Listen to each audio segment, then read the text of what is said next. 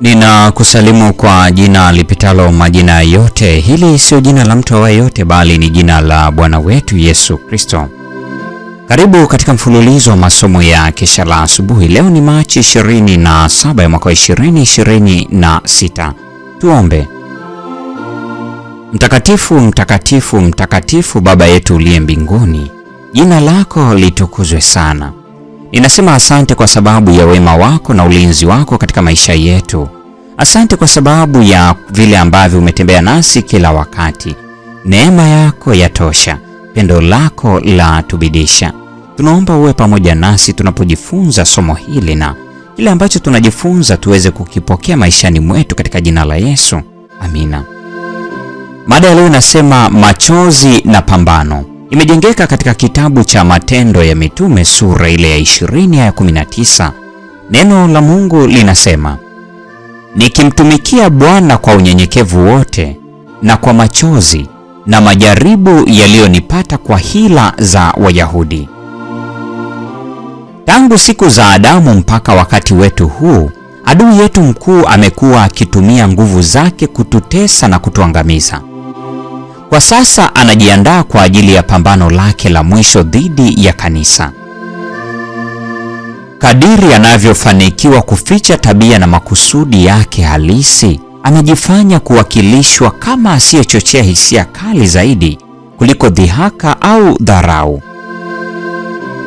Amefurahishwa sana kupakwa rangi kama kitu cha kejeli au cha kuchukiza chenye umbo baya, nusu mnyama na nusu binadamu.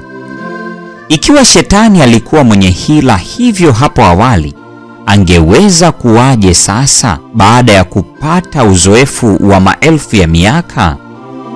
Lakini bado Mungu na malaika watakatifu na wale wote wadumuo katika utii kwa mapenzi yote ya Bwana ni wenye hekima kuliko yeye.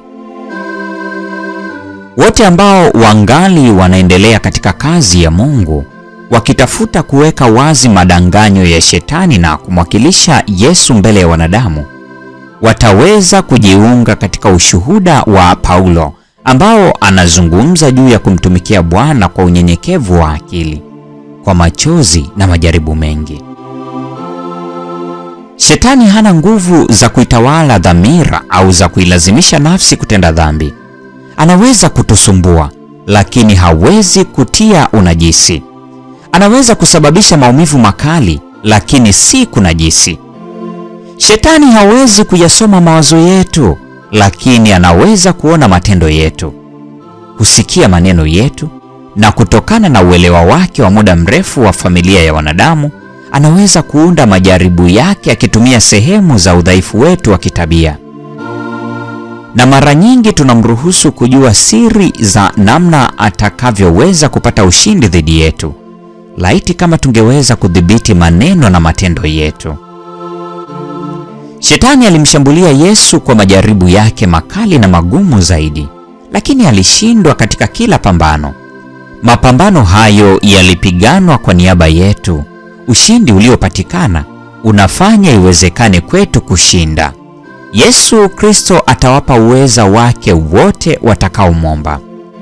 Hii ni Machi 27, mada ikisema machozi na pambano. Na huo ndio mwisho wa tafakari ya mada hii siku ya leo.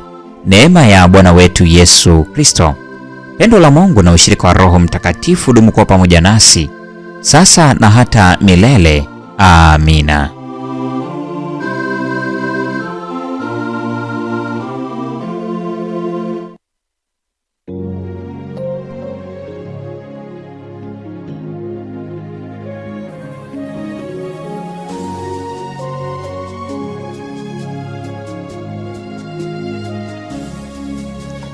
Salama katika mwamba imara, moyo katika mawimbi na shinda. Katika huzuni kwako nitashinda. Mwamba imara tajificha kwako.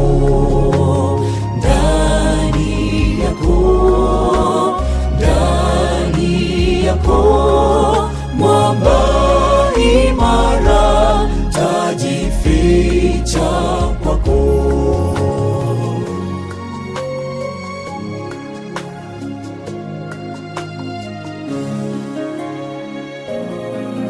wimbi la mawio saya upweke, majaribu yanaponi andama, wiki ya maisha basi utulivu, mwamba imara tajificha kwako.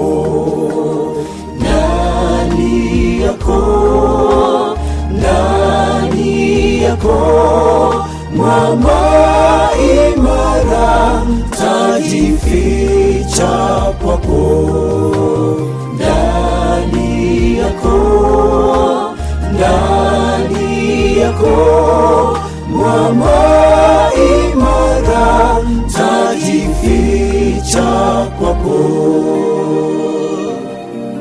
Kila mara mwovu akinitisha, mafichoni hofu yote hutoweka.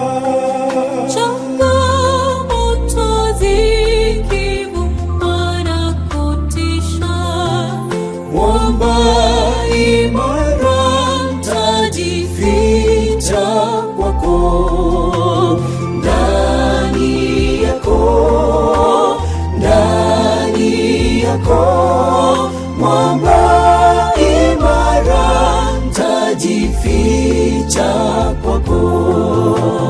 Ndani yako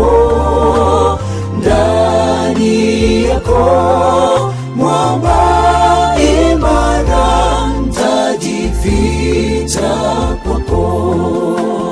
Ndani yako mwamba imara tajificha kwako. Ndani yako mwamba imara tajificha